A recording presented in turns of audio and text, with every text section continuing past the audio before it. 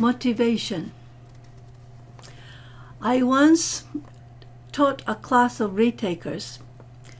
The students were mostly discouraged students who had failed in English classes in their secondary school and college. They had to take this SAI-RISHU course for graduation. These Japanese college students were not interested in English study. They had little interest in the people who speak the language and little interest in the country where English is spoken. They had almost given up the idea of achieving their goal in English, or probably even forgotten how hopeful they originally felt. In the first semester, we used a textbook that the university assigned me to use. Every week, about 30% of the students were absent. They attended class only often enough to meet the attendance requirement. When they were in class, about 30% of the students were asleep. The average score on the weekly vocabulary test was about 30% correct. They only took the appearance of being there. They hardly did their homework. I was teaching another class which was a regular class. There was a clear difference between the SAI-RISHU class and the regular class. The regular class used the same textbook, but they had an upbeat, cheerful, and optimistic atmosphere.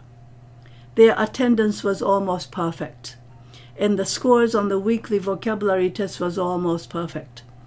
They paid attention to what I was saying in class. The administrators agreed to change the method for the SAI-RISHU class. When I explained to the students what I wanted to do in the second semester, 30% of the students said that they were willing to try the new method. The next 30% of the students said that they were skeptical, but they would cooperate. And the last 30% was indifferent. I was given enough money to buy 100 graded readers for a class library. The students read books in class. First, I guided them to books that I thought that they could read. Then gradually they began to select the books that they wanted to read. Students read in class, and I checked their progress and I observed. I was like a librarian and not like a teacher teaching English. I was only guiding them to the books that they could read and enjoy. When they had questions about the content of the books, I could answer because I had read all the books that I brought to class. There were no more weekly vocabulary tests, no more comprehension questions, no more worksheets, and no more homework. I did not force them to learn something that they were not ready to understand or they were not interested in. They read what they wanted to read, and they read more. The average number of books they read was 30, and some students read more than 40 books during the semester. All this took place before I began to tell stories in class. It was in 1988 and 1989. The outcome of the new approach was incredible.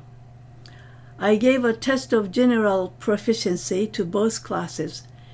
The SAI-RISHU class caught up with the regular class on the 100-item closed test, and their overall attitude toward English study was completely changed from pessimistic, unwilling, and indifferent to optimistic, engaging, and hopeful.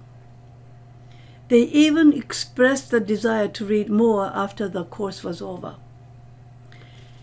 It is a good idea to help students experience success, satisfaction, and pleasure every time they come to class.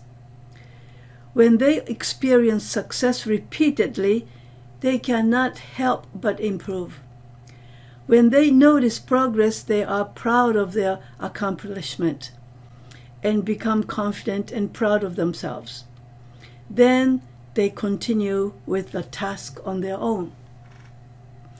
Optimal input with low affective filter was the cause of success. Success leads to motivation. I think this is what happened. When they understood what they read, anxiety was reduced. When the book was interesting, they continued reading. When they were free from judgment, they felt safe. When they discovered something interesting, they got excited. When they were allowed to select what they wanted to read, they became responsible for their choice. When they noticed that they were improving, they became hopeful.